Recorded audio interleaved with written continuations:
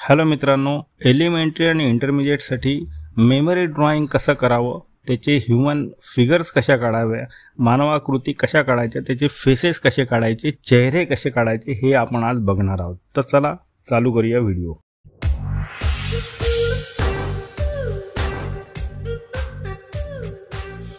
तर मित्रांनो, या ठिकाणी मी पेन्सिल जी यूज करतोय, इथे 2-3 प्रकारच्या पेन्सिल मी यूज करणार आहे. ही नटराजची पेन्सिल आहे, नंतर ही 8B आहे आणि या वेगवेगळ्या पेन्सिल या ठिकाणी मी तुम्हाला दाखवतोय. तर शार्पनर आणि इरेजर हे सुद्धा आपल्याला लागणार आहे. तर मित्रांनो, पेन्सिल्स वेगवेगळ्या पेन्सिल्सनी तुम्ही स्केचेस करून बघायला पाहिजे. तर सर्वप्रथम आपल्याला ओव्हल काढायची प्रॅक्टिस करायची. ओव्हल कशा पद्धतीने काढायचा, तर ही प्रॅक्टिस तुम्ही जितकी जास्त कराल तितका तुमचा बेनिफिट होईल, कारण की ह्याच्यामुळे आपल्याला चेहरा बनवता येतो, फेस बनवता येतो. तर मित्रांनो, एलिमेंटरी आणि इंटरमिजिएटसाठी या ठिकाणी मी तुम्हाला ह्यूमन स्केचेस करून दाखवतोय. तर एका वर्तुळाचे मी 4 भाग केलेले आहेत आणि खाली त्याचा तितकाच भाग मी खाली घेतलेला आहे आणि या पद्धतीने इथे मी हा चेहरा बनवून दाखवतोय.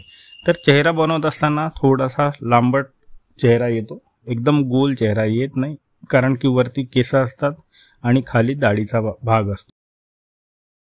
तर मित्रांनो, या ठिकाणी डोळे आपल्याला काढायचे. तर वरच्या जी रेष मारलेली आहे त्या ठिकाणी आपण ॲब्रो करून घेऊया, भुवया करायच्या आहेत आणि खाली आपल्याला डोळे काढायचे आहेत.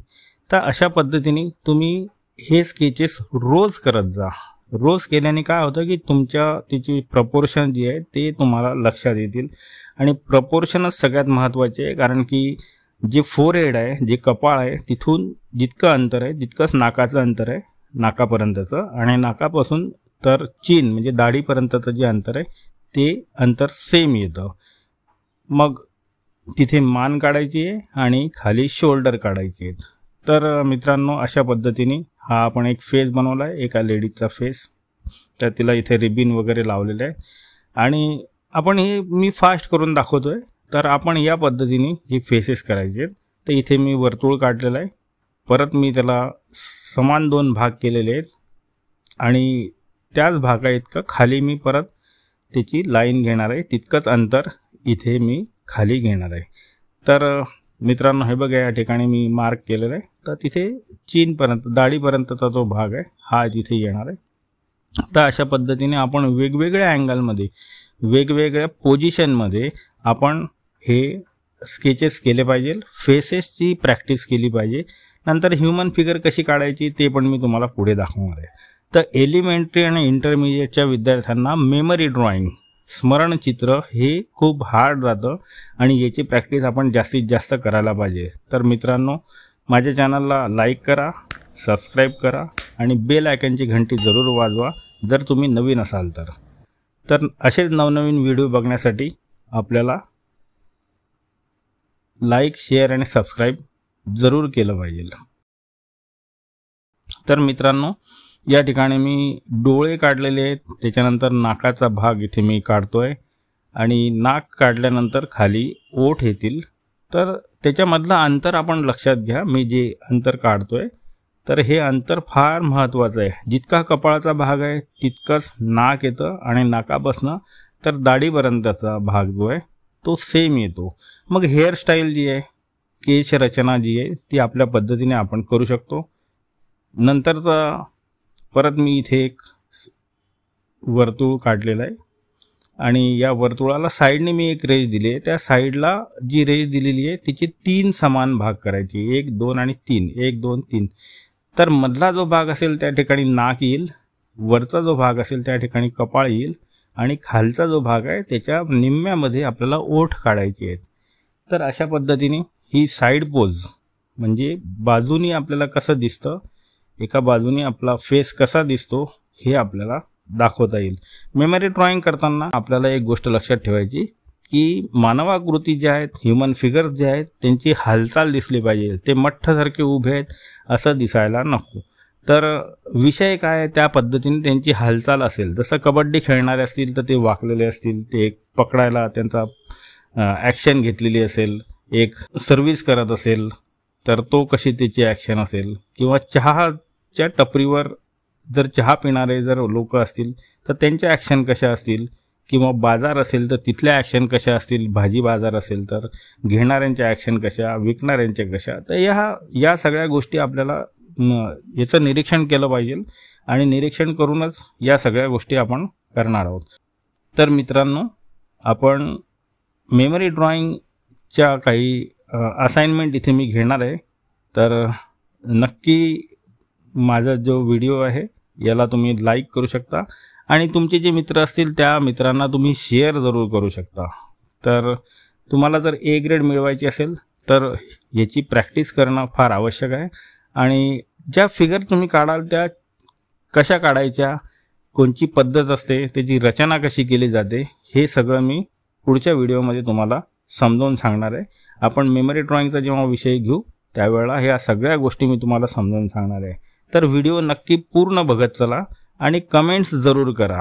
कमेंट्स केल्यामुळे काय होतं की मलाही त्याची स्फूर्ती येते, आणखीन व्हिडिओ करावेसे वाटतात. आणि तुम्ही कमेंट्स नाही केल्या तर असं वाटतं की तुम्हाला काही शिकायचं नाही आहे. म्हणून मी या ठिकाणी तुम्हाला आवर्जून सांगेल की कमेंट जरूर करा. जी पण कमेंट तुम्हाला करायची असेल ती करा. तुम्हाला कोणते विषय, आणखीन काही वेगळे विषय शिकवायचे असतील तर ती करा. तर यानंतर मी मेमरी ड्रॉईंगचे विषय घेणार आहे. तर या ठिकाणी एका मुलीचा मी फेस काढलेला आहे, एक चेहरा काढलेला आहे. तर तुम्ही बघू शकता कशा पद्धतीने मी इथे हे चित्रित करतो आहे. तर मित्रांनो, या सगळ्या गोष्टी करत असताना आपण वेगवेगळ्या पेन्सिल वापरतो आहे. सर्वप्रथम मी HBची पेन्सिल वापरली. या ठिकाणी मी आर्ट लाईनची 10B पेन्सिल यूज करतो आहे.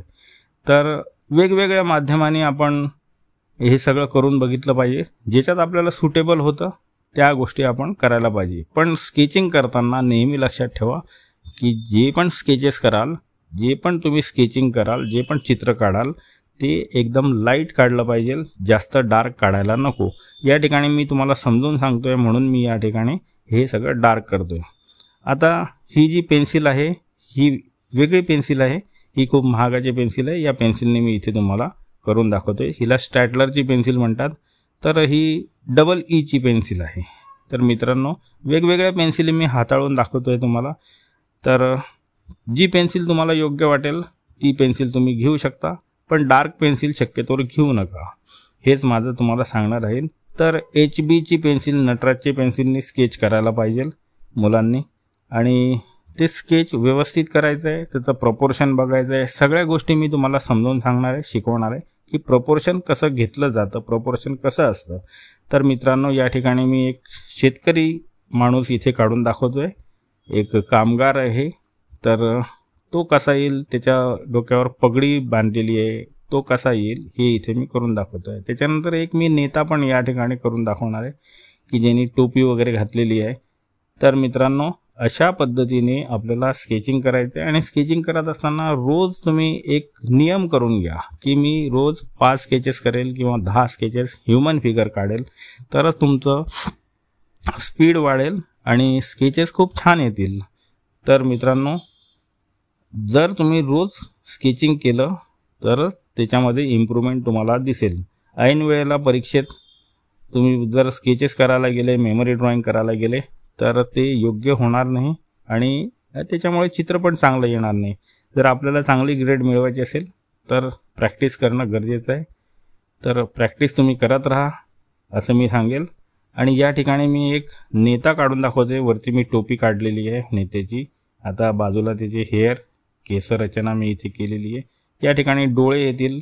तर कपाळ किती घ्यायचं आहे तर त्या ठिकाणी ॲब्रो आपण काढणार आहे. आणि या ॲब्रोच्या खाली जे भुवया आहेत त्याच्या खाली आपल्याला डोळे काढायचे आहेत. डोळे काढत असताना बिलकुल सिम्प्लिफिकेशन करायचं आहे, काही जास्त हार्ड करायचं नाही आहे. साधी मी एक कर्व लाईन घेतली आणि त्याला अर्धवर्तुळ इथे काढलेलं आहे. तिथूनच आता आपण नाक घेऊ. जितकं कपाळ आहे तितकंच या ठिकाणी नाकाची साईज येईल आणि त्याच्या खाली जितकं नाक आहे तितकाच भाग खाली, नाकापासून खाली तो आपण घ्यायचा आहे. तर अशा पद्धतीने हा चेहरा या ठिकाणी तयार होतो. तर मित्रांनो, हे जे मी तुम्हाला सांगतोय त्या खूप महत्त्वाच्या गोष्टी आहेत.